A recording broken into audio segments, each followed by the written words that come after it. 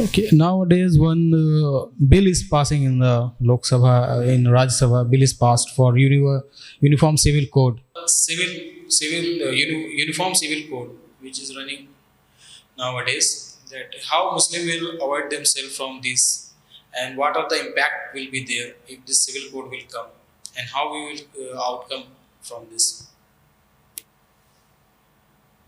Brother has asked a very important question, that what's my opinion on uniform civil code, and secondly, that what will be the impact on hijab after the implementation of uniform civil code. And you know that today central government or the ruling government is planning to implement uniform civil code in India. Firstly, I am in favor of uniform civil code, but it should be practically effective. That means after the implementation of uniform civil code, it should give the result, and it should not be according to the whims and desires of any politicians or any human being, but according to the religious scriptures. Let's have uniform civil code according to the Vedas, the Bhagavad Gita, Ramayana, the Quran and the Bible, and let's see which has the solution or which is practically effective after the implementation of this uniform civil code. For example, in the case of hijab, as you know that hijab is prescribed in all the major religious scriptures.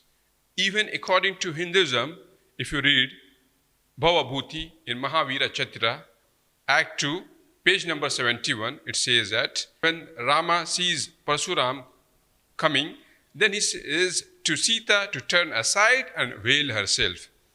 It's also mentioned in Bhagavad Gita chapter number 16, verse number 2 and 3, that a woman should do hijab. According to Christianity, it's also mentioned in book of Deuteronomy chapter 22, verse number 5, that a woman should do hijab. Even the Quran also says that you should do hijab. All the religious scriptures says that the woman should do hijab. But the solution is given in the glorious Quran. The Quran says that the hijab is first for the man, then for the woman. And the reason for the hijab, it's mentioned in Surah Azab, chapter 33, verse number 59, it says that ذَلِكَ أَدْنَا أَن يُرَفْنَا فَلَا يُزَانَ. That means the hijab, it protects women from molestation. And it will protect the modesty of women. And if, after the implementation of hijab, if a man commits rape, or if he rapes any woman, then he should be given capital punishment, as a solution is given in the glorious Quran. You know, according to National Crime Victimization Survey Bureau of Justice, in the year 2019, says that 4,59,310 women were raped in America in 2019 alone.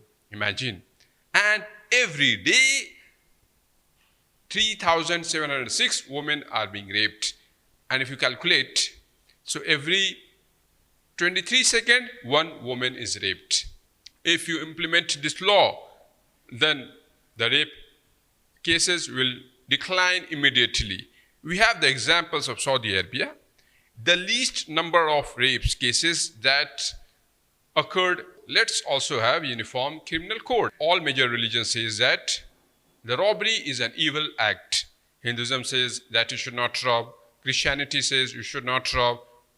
Islam also says you should not rob. But Islam, besides teaching that a person should not rob, it shows a practical way how to reach that state in which a person will not rob. As Allah says in the glorious Quran in Surah Maida, chapter number 5, verse 38, it says that وَالسَّارِقُ وَالسَّارِقَةُ فَقْطَعُوا أَيْدِيَهُمَا جَزَاءً بِمَا كَسَبَا نَكَالًا مِنَ اللَّهِ. That means, as to the thief, male or female, cut off his or her hands as a punishment by way of example from Allah for their crime. And some non-Muslims may say that chopping of the hands in the 21st century Islam is a ruthless religion. Islam is a barbaric religion. And today we consider America to the most advanced countries in the world.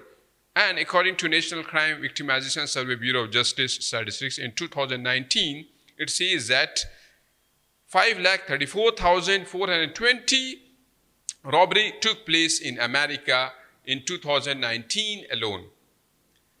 It further says that, and if you divide it by 365, it gives you 1,464 robbery took place every day. If you implement this law, the chopping of the hands of the robber, surely the crime will decline immediately.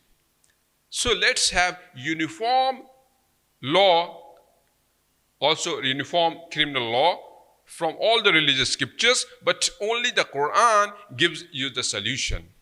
Similarly, regarding the surplus of women, as you know, even in Hinduism, it says that polygamy is allowed. Krishna had 16,108 wives. Similarly, King Dasharatha, the father of Rama, had more than one wife. So, Hindu religious scriptures does not prohibit having more than one wife. Judaism also, it allows polygyny, that is polygamy. And if you see that Abraham had 3 wives, Solomon had 700 wives. Even the Christianity does not put any restrictions on the number of wives. All the religious scriptures says that polygamy is allowed. But Islam gives the solution. That is, it says in Surah Nisa chapter number 4, verse number 3, it says that فَانْكِحُوا مَطَابَ لَكُمْ مِنْ نِسَاءِ مَثْنَى وَثُلَاثَ وَرُبَاعَ فَإِنْ خِفْتُمْ أَلَّا تَعْدِلُوا فَوَاحِدًا. Marry women of your choice, 2, 3, 4. If you cannot do justice, marry only one. But wives is restricted only in Islam, and it has given the solution. So let's have uniform civil code when polygamy is concerned, when hijab is concerned. So rape cases will be declined. The modesty of the woman will be protected. Alcohol is prohibited in various religious scriptures. Let's ban alcohol as per the Hindu scriptures. According to Manusmriti chapter 9, verse number 2 and 35, and several verses of Vedas. It's also mentioned in Christianity also. It's mentioned in book of Ephesians chapter number 5, verse number 18, that alcohol is prohibited. And it's also mentioned in the glorious Quran, Surah chapter number 5, verse number 90, that you should not have alcohol. So all the major religious scriptures says that you should not have alcohol. Let's ban alcohol.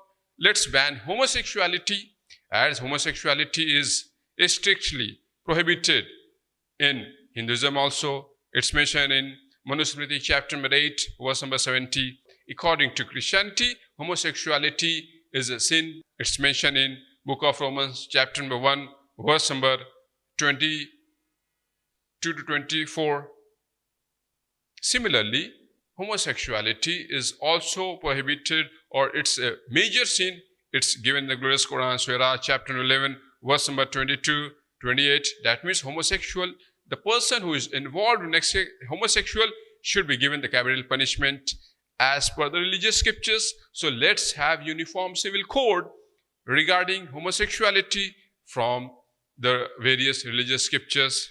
Let's have uniform civil code which will be applicable or which will be common for all